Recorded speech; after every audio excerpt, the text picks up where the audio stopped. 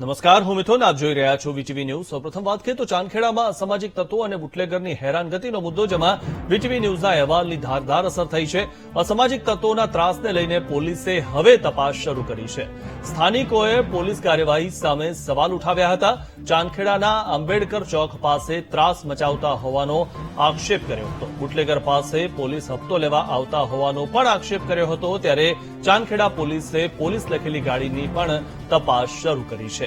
તો હવે ચાંદખેડા પોલીસ જાગી છે અને આ ગાડી કોની છે તે બાબતે તપાસ કરી રહી છે. આ વિશે વધુ માહિતી મેળવી અમારા સંવાદદાતા અનિતા પટની પાસેથી. અનિતા, પોલીસે હવે તપાસ કરી છે કે આ ગાડી ક્યાંની છે, કોની છે.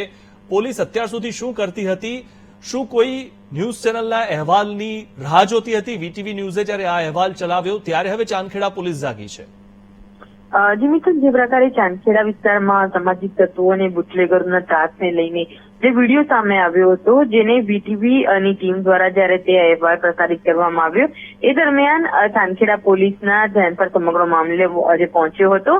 પોલીસના કહેવા પ્રમાણે જે સુમો ગાડી જે વિસ્તારમાં જોવા મળી રહી છે અને જે સ્થાનિક રહીશો જે આક્ષેપ કરી રહ્યા છે કે પોલીસ હપ્તા લેવામાં આવી છે, તે બાબતને તેઓ નકાર્યા હતા અને આક્ષેપોને લઈને હાલ તો પોલીસ પણ તપાસ કરી રહી છે. કારણ કે જે સુમો ગાડી ત્યાં જોવા મળી રહી છે, તેવા પ્રકારની કોઈ પણ ગાડી ચાંદખેડા પોલીસ સ્ટેશનમાં નથી તેવું અધિકારીઓનું કહેવું છે. પરંતુ હાલ તો આ ગાડી કોની હતી, કોણ આવ્યું હતું અને ખરેખર જે પ્રકારના આક્ષેપો રહીશો કરી રહ્યા છે કે દારૂનો ધંધો ધમધમી રહ્યો છે ને અસામાજિક તત્વો અવારનવાર તેના રહીશોને ત્રાસ આપી રહ્યા છે, તેમાં કેટલું તથ્ય છે કે નહીં તે મામલે હાલ તો ચાંદખેડા પોલીસ દ્વારા આ સમગ્ર મામલે તપાસ હાથ ધરી છે. જી આભાર અનિતા, માહિતી આપવા બદલ.